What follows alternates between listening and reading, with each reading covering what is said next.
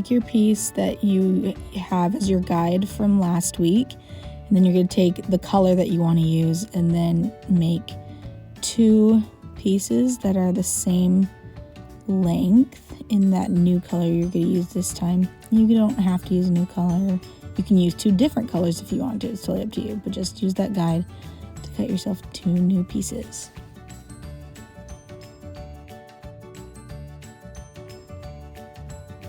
Great, now you're gonna put your piece away that is your guide, your color that you're not using, and then take the 2 pieces of the color you are using, and we're gonna start to add them to your ring.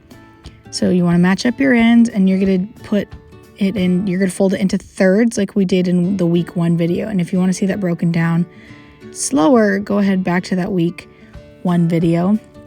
So remember that when you release one side, on the inside, where the 2 pieces are touching, you're going to have the shorter 1/3, and then on the outside it's going to be 2/3. So double that strand in the middle.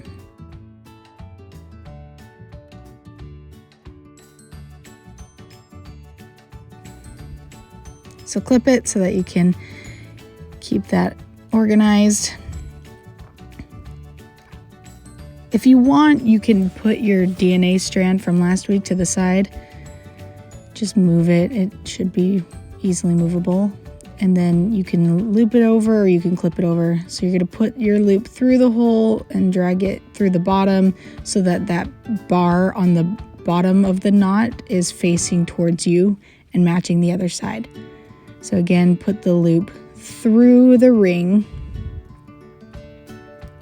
pull down, pinch through, and then tighten them together. And remember, your 2 short pieces should be touching in the middle.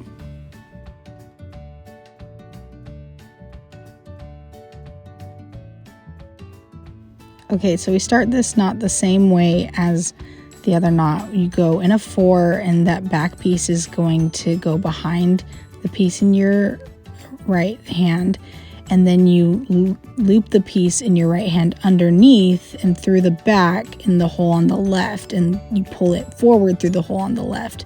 But then you're going to flip it and do a backwards 4 and do the same thing the opposite direction.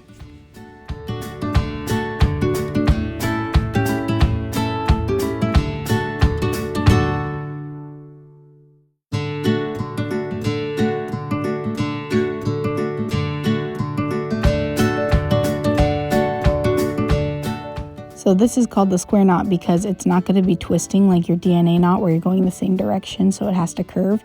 You're going back and forth, so it ends up flat. And it looks like a square because it's got those edges on the side.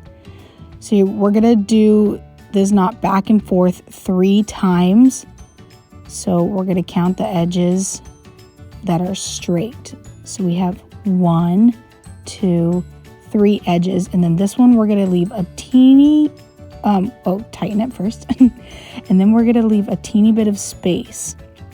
So do the same knot you would that going back and forth, but leave about a pinch of a size left, or like the thumb size, and then do that knot the same way. Remember, you're just flipping back and forth the 4s, and then tie it tight,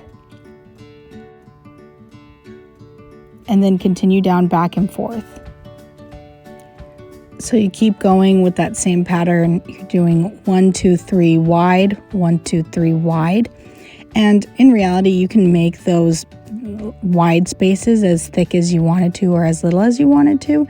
This is just for this specific length that I'm showing you and for continuity.